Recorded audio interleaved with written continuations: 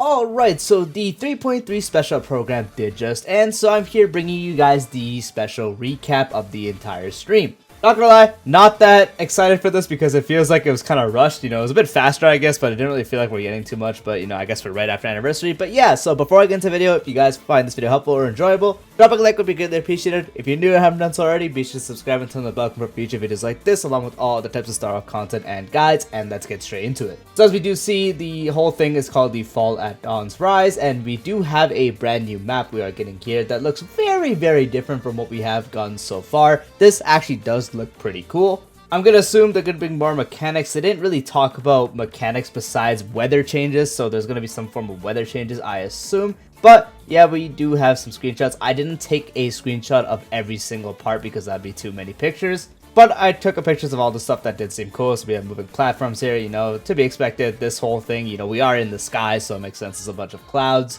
So for the people, there's going to be a new map. That means new chests, the nymph stuff. It's going to be a whole grind. And as we do have the new Trailblaze Mission chapter, so there's going to be a new story, obviously, where we do sort of get closer to the end of the whole journey in Euphorius. I'm really curious to see what's happening because right now I'm a big fan of the story, so I'm going to hope they do keep it up and keep doing well. We also have a brand new boss. This thing looks like it's something straight out of like Elden Ring, so it looks really cool. There's the kind of like day-ish where he's temperature and you want to keep the temperature like cold, I think.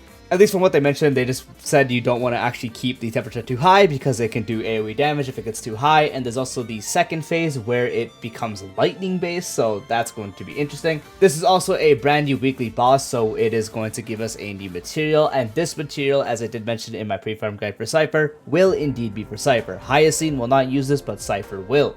If I had to guess, there's probably going to be more Euphorius characters once we get past this that are going to use this. Maybe the Fate units, I don't know. We will have to see once the info does come out on that. Next up, if you were living under a rock, we do have Hyacine as the first half character. Also with I can't say that word, we got Ika. So Hyacine is the first half character and it's one of the characters, and obviously the second half is but what if it won't in the flesh. I'm just playing. We have Cipher as the second half character right here. We will get to the banners shortly, but that's how the order is going to go. Hyacine first and second is Cipher, so these are the new characters if you don't already know. And then straight up, we got the banners next. We do see we have Hyacine in the first half, as I did mention. These are the 4 stars, Misha, Serval, Natasha. Really, really bad banner, but honestly, the 4 stars have been pretty bad recently anyways. We haven't gotten any new ones. So we can't really cycle through anything. So we cycle to the same garbage, and on the Lycon side, we have pretty useless Lycon, pretty good Lycon, and then pretty useless Lycon again. So, unfortunately, not the greatest options for the Lycon. And for the rerun, so it turns out it was right and is indeed the rerun of the Herda already. So for anyone that wants to go for the Lycon, E1, E2, this is going to be great for you as she already is getting a rerun, which is just absolutely crazy. Personally, I did want to go for her when she did come back, but this is too early, so unfortunately I'm going to have to pass up on this. And then for the second half, as I did mention, we do have Cipher with QQ, Shui, and Susheng. So again, we can't really expect much for the 4-star side. And we look at the Lycons, these are actually all not bad options. The first one with the Remembrance isn't that bad. Not the greatest, but it's not that bad. The Eye of the Prey, I think this is actually called. Something like that is a pretty good stat stick Lycon and so on. And I actually can't remember if that's Shared Feeling or something else. I think that's Shared Feeling, which is actually a pretty damn good Lycon. So I guess a bit better, so there's that. And the rerun is indeed Aglia, so the 3.0 banners for both new characters is already back. So I guess that means, we could get a Mide, Tribi, so on rerun very soon for all we do know. They could probably be back in the triple rerun format. Reruns, they do come back really quick on this game, so you guys can probably pass up on this and you guys can get them in not too long. They'll probably rerun another time before the whole Euphorius thing does end. So if you guys are stressing over the banners, I assure you they will be back pretty soon, especially the Herda because she's so popular. So if you have to pass up this time, don't worry about it. And then we do have some look at the events. This one's called Trace and Drift, which is quite literally Mario Kart. This is legit just Mario Kart. You could select the thing you want to use, different ones do different things, and we are just on the peak of Mario Kart, Rainbow Road pretty much. I don't know why we're playing Mario Kart. Maybe they saw the Switch 2 and they're like, holy crap, Mario Kart's gonna be so popular again, especially with like the whole thing on Switch 2. So let's just make a Mario Kart thing to prepare the people for the Switch 2. So I guess if you guys want to prep, if this comes up before the Switch 2, which it will, I'm pretty sure, you can prep on Star Rail. So have fun with that. Yeah, so multiple different stages and such. And then we do have the return of the Legend of the Galactic Baseballer. the event where it is a battle event. You get a bunch of buffs, you get the extra stuff, multiple stages, and you're able to use the buffs, the whole things right here, forgot what they were called.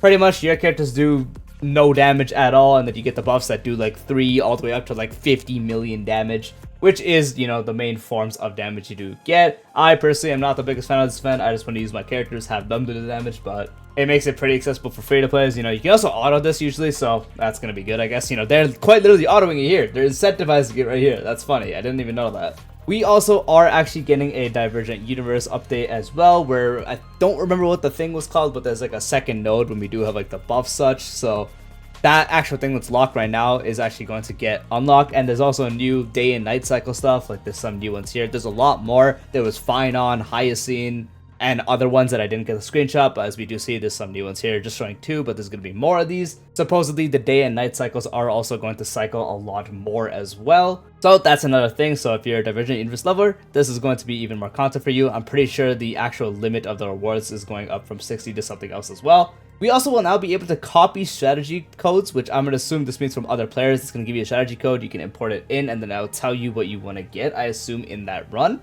They just kind of said you can copy strategy codes. They didn't really say what it works, but it says recommended lineup, you know, equations, what everything has. So I'm going to assume it's going to mark it for you when you are going in battle. They'll definitely have a post about this, explaining it more in detail. So I guess this is going to be good for having people copy high clear strategies and such. So in a more difficulty, or like the very, very top difficulty, is going to be good. And then we do have Genshin Impact Anniversary with the week login for a multi. Pretty standard stuff. We get this every patch. You know, we're no longer an anniversary, so we don't get double it. We just get the 1. We do have Planner Fisher, which, you know, we practically get this every update. 2 times the drops, 2 times the garbage. Let's go. We also got Garden of Plenty rather than Relic of the Strange, or whatever the hell it's called.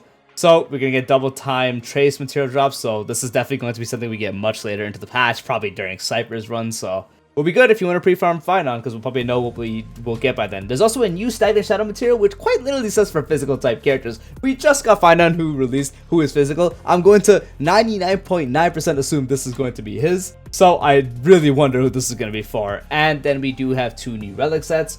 One of them is the best in slot for Hyacine, so that is going to be good to know for anyone going for Hyacine. Be sure to hold off on farming, because one of these, I forgot which one it was, is actually going to be the best in slot for her. Both of them actually do bring pretty good 2-piece as well, so it's going to bring some better 2-piece setups. And the other relic set that increases attack when you have the stacks of help and such, that set, I actually have no idea who's going to use that one, but I just know the other healing set is Hyacine's best in slot. And yeah, that is actually the entire update. As you guys can see, it's a very standard update with nothing really crazy. You know, we have the whole Mario Kart event here, the Galactic Baseballer, and then a bit of the Divergent update here, and that's practically it when it comes to content. We have the banners, which is pretty brutal, and then obviously a new Echo of War, new relics, and then new Stagnant Shadow material. And that practically is it. So let me know what you guys think about this update. Are you guys hyped for it? What are you going to be summoning on? All that kind of good stuff. Once again, if you guys found the video helpful, drop a like, would be greatly appreciated. If you haven't done so already, be sure to subscribe to the button for future videos like this, along with all the types of Star Wars content and guides, and I'll see you later. Peace out.